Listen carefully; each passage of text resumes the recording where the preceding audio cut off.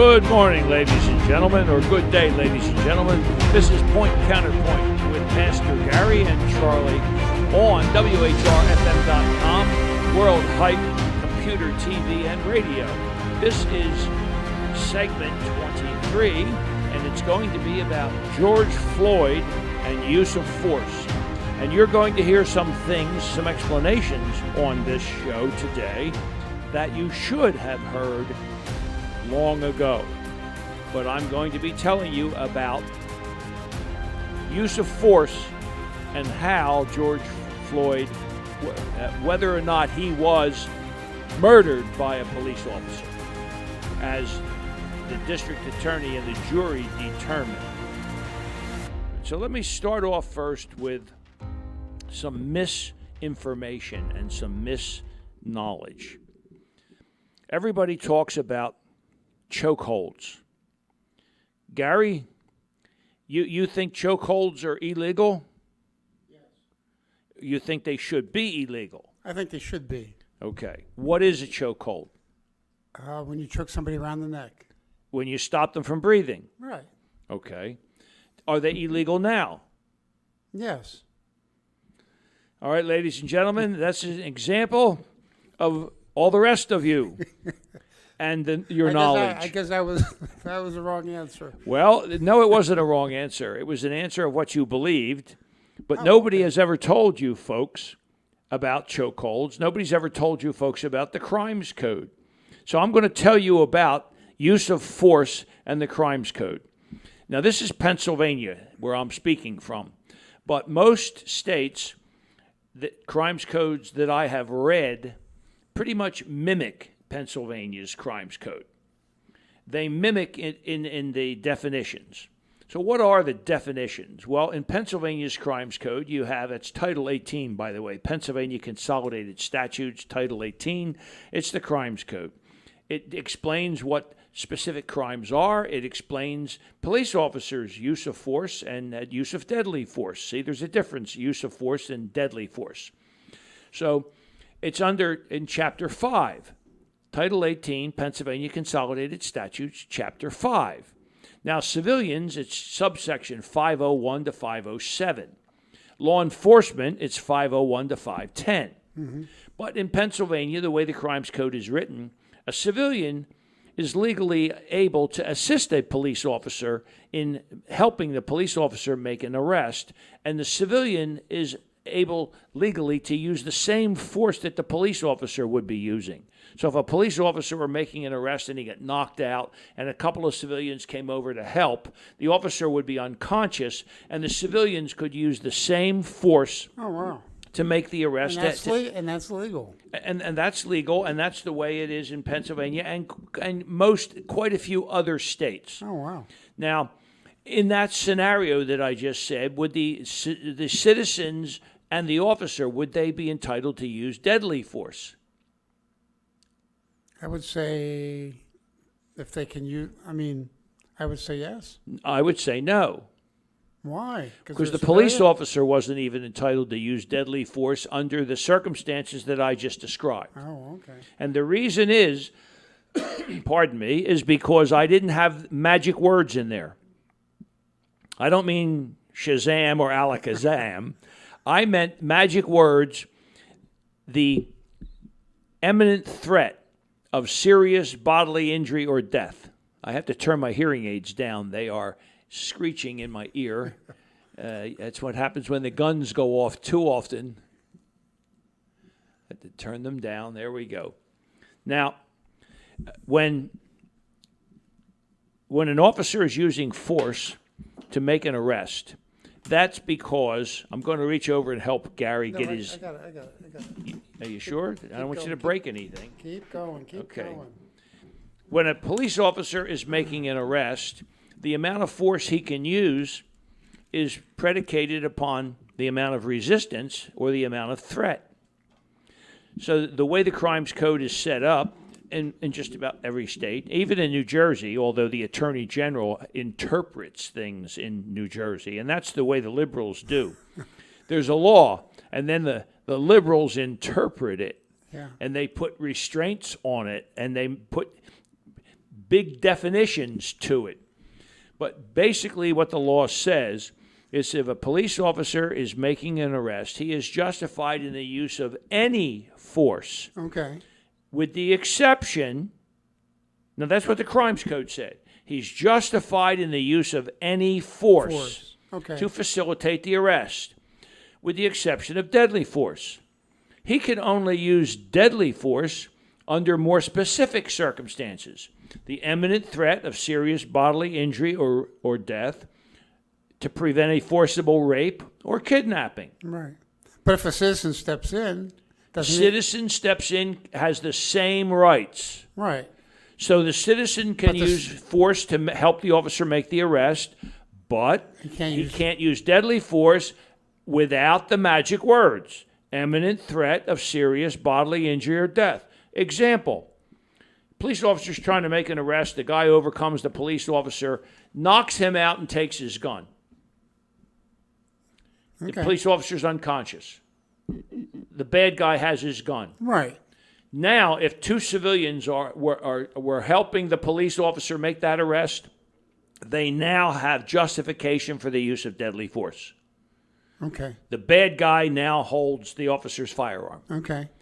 If you try to take an officer's firearm, it doesn't make any difference whether you have a firearm in your hand or not. If you go after an officer's firearm, you just invited yourself to a gunfight. Okay. Because if you come after an officer's firearm, if you get it, the officer is not going home. Right. You're going to kill him. Or else why did you go after his gun? His gun's holstered. He's trying to arrest you for a lesser offense. You go after his gun. He knows you get the gun, he's dead. Mm-hmm. So the civilians could shoot him if they are armed. That's right. A civilian helping an officer or coming to an officer's aid would see that, and that would rise to the level of imminent fear of serious bodily injury or death. So what about a chokehold? Well, there's nothing specific in the Crimes Code in any state that says you can't use a chokehold. It says specifically that the officer can use any force he deems necessary. Well, that would include a chokehold. Right. Well, where does this chokehold stuff come in? It's illegal to use chokeholds or whatever, okay? Folks, there's a difference between departmental policy and the Crimes Code. But media doesn't know that. Media doesn't talk about that. They're ignorant of the facts in most cases, I've found. So you have a Crimes Code that says an officer is justified in the use of any force he deems necessary to make the arrest, with the exception of deadly force, without the imminent fear of serious bodily injury or death, kidnapping, or by force or forcible rape. Right. Okay. So what about chokeholds? Well, he can use a chokehold. But according to the Crimes Code. According to the Crimes Code. Oh, okay. Now, the Crimes Code doesn't say he can't kill you. What's it say? It just says he can use it to subdue you and make the arrest. Okay. So there has to be and if he's going to use a chokehold, there has to be a period there where he has to stop using the chokehold. Right? So, but now you have policy. Well, they have policies. In the old days, there used to be a policy that a police officer had to carry 2 clean white handkerchiefs and 2 dimes. Are you kidding? No. You're 2 sure? clean white handkerchiefs and 2 dimes. And 2 dimes. Yes. Well, I mean, it's obvious the dimes were for the telephone. Correct. The white handkerchiefs, I'm not so one sure. for you to blow your nose, and the other one to use as a tourniquet or a Band-Aid. Yeah. And wow, that was a policy. oh, yeah, absolutely. And was that in the Crimes Code? No, it was not in the Crimes Code. It was a department policy. Okay. So at roll call, folks, is when police officers used to stand up and be inspected. Oh, just like military. Well, police departments were paramilitary organizations. So as a paramilitary organization, when it was time to go to work, the sergeant would say, platoon, fall in. And everybody would line up in 2 or 3 ranks. And then he would say, platoon, prepare for inspection, secure batons. That would be your stick, your baton. Well, then you put the baton underneath your armpit, right? And then he'd say, well, underneath this armpit. Right. And then he'd say, draw weapons. And everybody would pull their .38 caliber revolver out of their holster and hold it up this way. Right. And then the lieutenant and the sergeant would start at the one end and walk down the ranks. And as he got in front of you, you were supposed to do this. Okay. Why? He wants to make sure the weapon is clean and fired. Loaded. Oh, loaded. He wants to check the 3 bullets on this side and the 3 bullets on this side. He wants to make sure your revolver had 6 bullets in it. All right. And then he would say, secure weapons. Put the weapon back in the holster. Then he may say, let me see your handkerchiefs and your dimes. Let me see your handkerchiefs, your dimes, and your whistles. Wow. And then you come down, and you'd have to go in your back pocket, and you'd have to pull out your 2 handkerchiefs.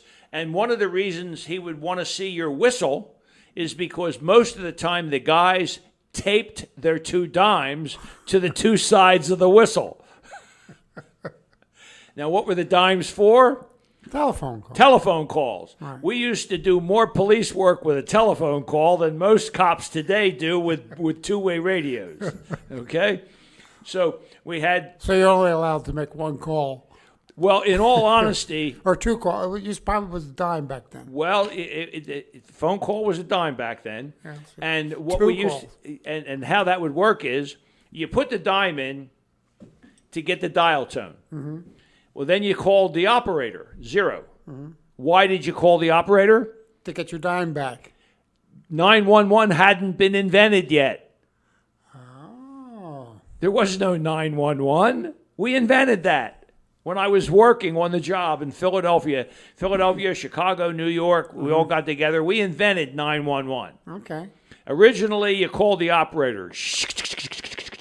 Remember the dial. You had the phone in your... And she said, operator. She always had that nasal thing. And it was never a man. It was always a woman. Yeah. It was always, operator. Yeah. You know, I thought they maybe had cotton stuffed up their nose. Yeah, they all had a sound. They all had a sound alike. Yeah. Operator. Yeah. She said, operator, this is Officer Hentz. First, can I have my dime back? and she'd go, chick. And the dime would go ting, and I'd get my dime back. Oh, okay. And then I'd say, operator, and I'd give her the number. Right. If I wanted the police district, and then she would. If I gave her the police district, as a cop, I worked in the 25th police district. In some place town, it'd be the 25th precinct. I'd say, operator, give me this number. Is this an official police call? Yes, it is. And then she'd give me the district. And if I said, well, operator, give me a police radio. Well, then she would connect me with the police radio room. Right. And the police officer, I would tell them, this is Charlie Hentz. I'm in the 25th district. I'm at this location. And I'd send me the sergeant, send me a car, send me a wagon, or whatever. And why was I doing all that instead of just picking up my portable radio? Because there wasn't any portable radios. There weren't any portable radios, folks. Not even in the car? I was standing on the sidewalk, which means I didn't have a car. I was walking a beat. Okay. Walking a beat. Yeah. There are police officers today who have never walked a beat. Wow. In a good percentage of these small towns, there's no such thing as a beat. Yeah. Right? But you walk the beat. Usually in business districts. In the high crime areas, it was usually 1 or 2 blocks straight beat. So you could see the whole beat. If it was a square beat, you're walking around the corner. Well, while you were around the corner, somebody could do something here. So the higher crime areas in business districts, it was a straight beat. 1 block, 2 block, both sides of the street. Whoopee. Yeah. So you had 2 dimes and 2 handkerchiefs, and they inspected your gun, and you had your baton. And I'm just thinking about all that, and I'm thinking about my buddy who just died. Wow. He was 2 years younger than me. He was a Marine like me. We went to the academy together. We worked together in the 25th district. When he retired, I retired. We would live down on the Jersey Shore, and I don't know what he died from, but he was in hospice, and that usually indicates cancer. Right. So this show wasn't dedicated to him, but God bless you, Bobby Levins. Yeah. He passed away. It is what it is. Wow. So I was explaining the use of force. So what about a chokehold? A chokehold could be outlawed by policy. One of the reasons they develop policies is to narrow the window of litigation against the department and the city.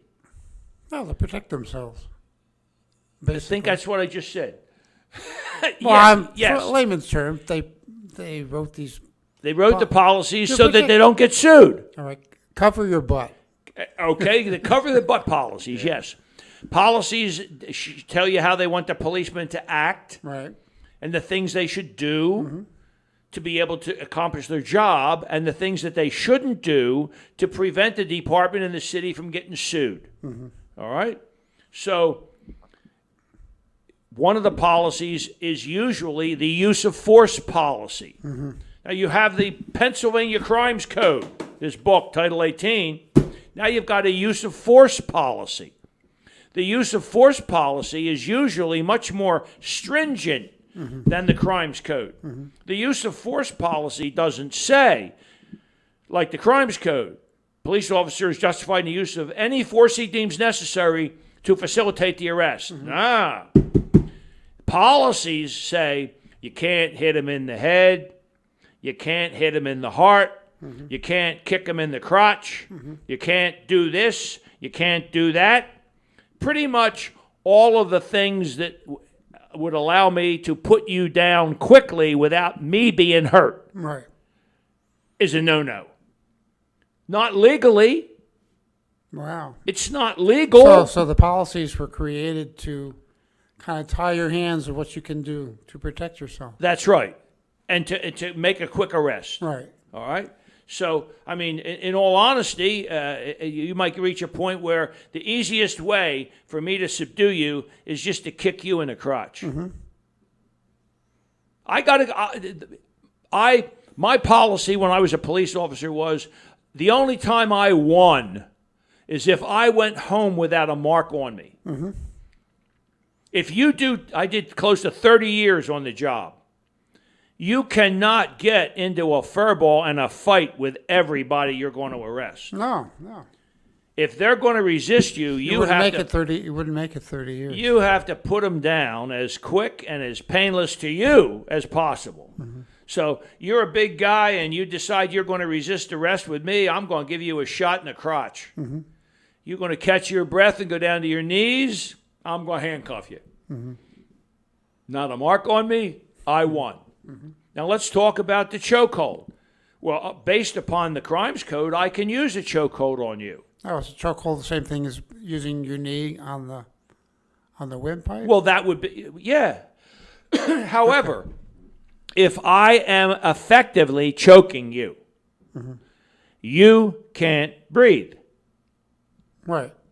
If you can't breathe, you can't say, I can't breathe.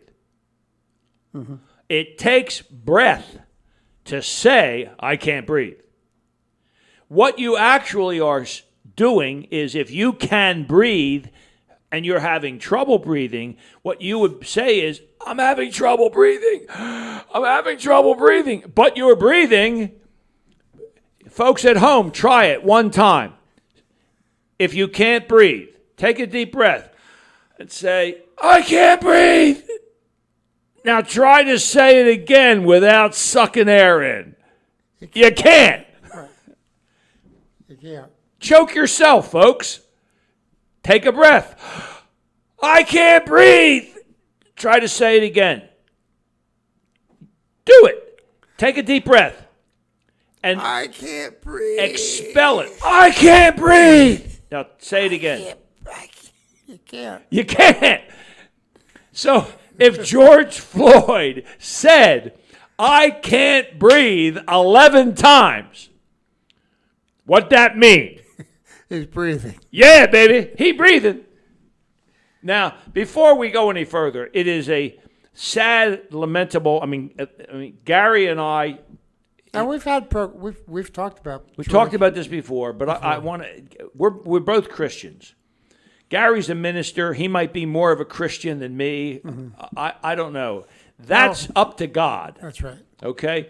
So all I can do is get up in the morning and try. Mm-hmm. All right. I do the same thing. Okay. And I'm not as religious as I should be. I don't read the Bible the way I should. I guess I don't pray as much as I should. I try to pray for other people. Mm-hmm. I don't pray for God to give me stuff, right. Do me any favors, because I know pretty much all the time, the way God answers your prayer is not the way you asked for him to answer it. Mm-hmm. But anyway, I'm a God-fearing man. I do know that there is an afterlife. I hope to God that I get to see God mm-hmm. At some point in time. Mm-hmm. And I'm going to fight like heck to stay here because God's put that in you. Mm-hmm. You know that there's an afterlife, and that gives you peace of mind. All right, but you got a lot of work to do. But you fight like heck to stay here because it's usually pretty nice here, mm-hmm. At least for us folks here. Mm-hmm. So it is lamentable. It is sad. Mm-hmm. It is, but not a crime, that George Floyd died. That was politicized. Everyone must die, mm-hmm. and everyone's time is preordained. Mm-hmm. But it is sad when anyone passes away. Right. Because I don't believe we come back. Some religions believe that you come back if you haven't been able to complete your goals. I don't want to come around again. Or you come back as a higher life form. You mean like a mosquito? Well, the only higher life form I could think about would be an alien. Because they're shooting around in the atmosphere mm-hmm. at unbelievable speeds, and our Navy jets can't catch them. So maybe God has aliens out there who are a higher life form than human beings. Mm-hmm. But I may, if there were higher life form returns at some point in time, I could consider that God maybe had me around here as a chimpanzee. and I was not a good chimpanzee. And God said, "You's a horrible chimpanzee, son. I'm going to send you back as a human being." But that's all heresy is what that is. Yeah. So let's get back to something serious. George Floyd passed away. That's an unfortunate thing. But I, for one, don't believe that officer killed George Floyd. Mm-hmm. I believe that officer was railroaded. Right. I believe the conviction was preordained. Mm-hmm. What would have prevented George Floyd's death? What would have prevented it? Yeah. Keeping it out of the media. No, that wouldn't have prevented George Floyd's death. What would have prevented George Floyd's death? Just, I guess, following the policeman's commands. What? I saw a program the other night. I forget what show it was, but they were trying to prove that point. You know, to be safe, just follow what the officer is saying to you to do. That's a novel approach. That's, and folks. And you keep your hands on the wheel, 10 and 2. Okay, that's a novel approach. Just comply with what the officer wants you to do. Even if the officer is wrong, you'll eventually be able to work it out. Right. What a novel approach. Don't resist arrest. Just comply. Are you insinuating that everyone who has been in a gunfight with the police or who has resisted arrest and had been subdued, if they would have just complied and allowed themselves to be arrested so that they could work it out administratively, they would have been alive? Is that what you're implying? Mm-hmm. Wow, what a novel approach. Why can't we just all get along? Who said that? Yeah, I mean, what a novel approach. Out in California. Now, so if George Floyd would have just gotten in the back of the patrol car, he would still be alive today. Okay, I'll think about that. That's a novel approach, ladies and gentlemen. Yeah, but the media also blew that whole thing out of. Well, I did some research. So let's see what we have here. Oops, that's the second page. Rush Limbaugh used to do that. Oh, I miss Rush. I miss Rush. I really do. Other people are doing a good job on the show, but he was when God made him, he broke the mold. When God made him, he broke the mold. All human beings are individuals and are separate entities. And Rush Limbaugh was. Well, we're going to have to do 2 segments on this. Okay. We have about 8 or 9 minutes left. Well, let's do this on this 8 or 9 minutes. All right. Floyd shifted to Minneapolis, Minnesota from Houston, Texas in 2014. See, the media didn't use this because it was counterproductive to their defund police, Right. and that Chauvin murdered Floyd. So we have to have Floyd as a victim. We can't talk about Floyd as a criminal. He has to be a victim. He shifted from Houston, Texas in 2014 after having served 5 years in the Harris County Jail for a first-degree felony. In 2009, George Floyd was arrested for a first-degree felony charge as per police criminal records of assault and armed robbery. He took part in in 2007 and spent 5 years in prison for breaking into a lady's house with the intent to rob her. George agreed that he wore a blue uniform to look like a government employee to gain the lady's trust and eventually pave his way into the house. The lady soon realized that the person was impersonating a government worker. She tried to shut the door, but Floyd used brute force to force his way into the house. Consequently, a Ford truck pulled up to the house's main entrance, and 5 people exited the truck and went straight into the lady's house. According to the Daily Mail, the court report mentions that the victim identified George as the criminal. He was the tallest of all the robbers, pressed a pistol to her stomach, and forced his way into the house. Floyd was 6'6". Wow. He's not a small puppy. That was a very small casket, Yeah. by the way. George Floyd is a Great Dane. He was 6'6", and he was well muscled. Not finding any cash, Floyd and other men took jewelry and the lady's cell phone and fled the scene using the truck.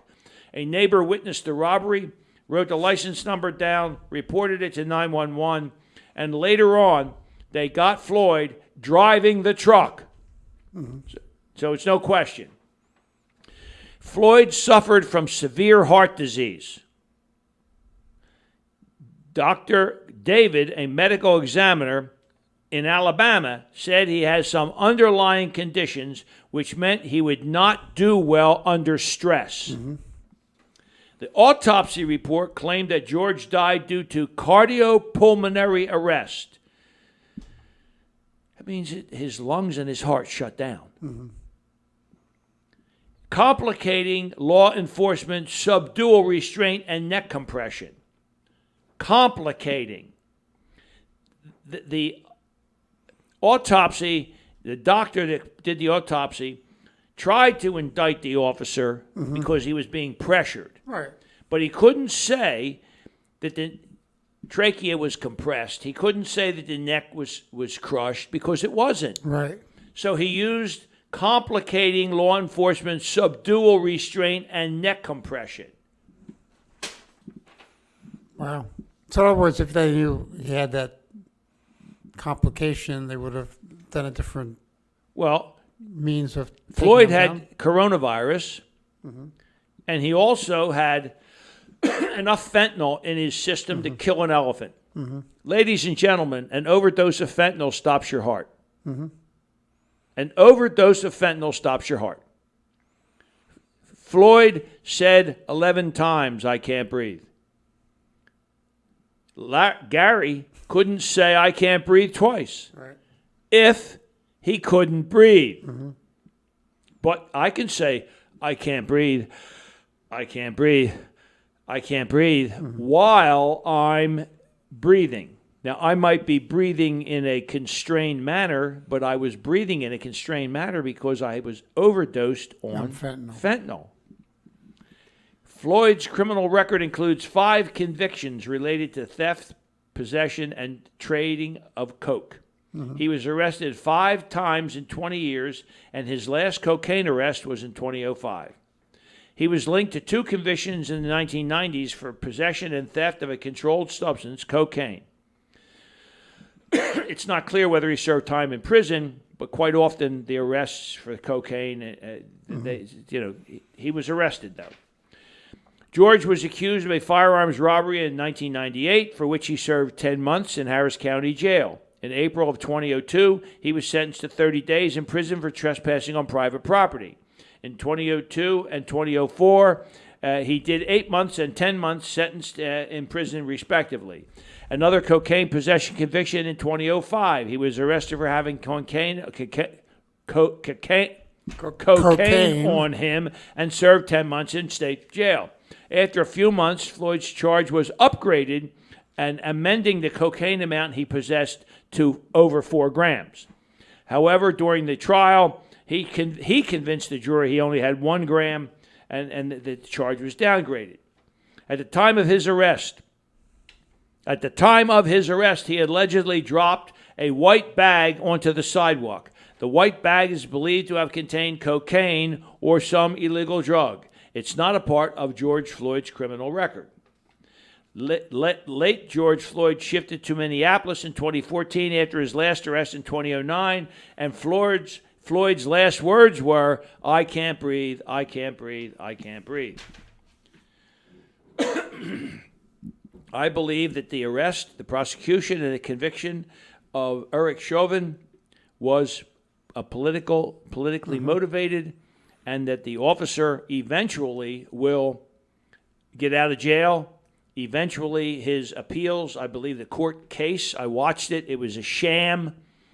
The jurists refused to serve because they were being threatened. Witnesses were threatened. It was criminal what happened to him. But because he was doing his job. It looked bad. But he didn't choke Floyd to death.